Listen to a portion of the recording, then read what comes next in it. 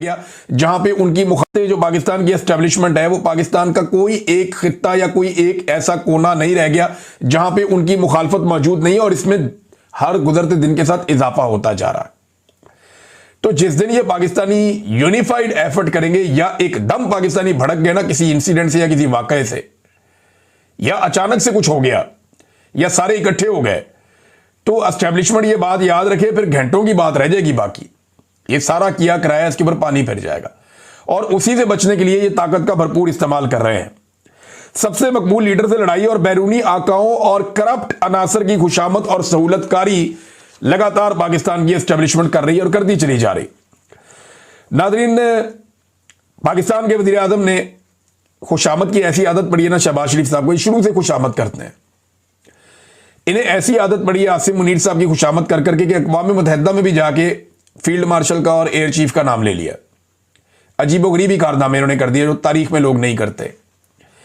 फिर खुशामद के चक्कर में जो डोनाल्ड ट्रंप का मंसूबा है उसके मुसव्वदे को समझे बगैर उन्होंने गेम उठा दी पकड़ के ट्रंप की।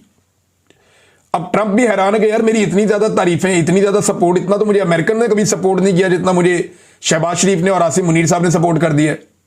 अब वो हर जगह पे इनका नाम लेता है कि जनाब ये बहुत अच्छे हैं और इन्होंने मेरी बड़ी तारीफ की है, ये पूरी ताकत से मेरे साथ खड़े हैं, बिगिनिंग से, शुरू से, डे वन से ये मेरे साथ हैं।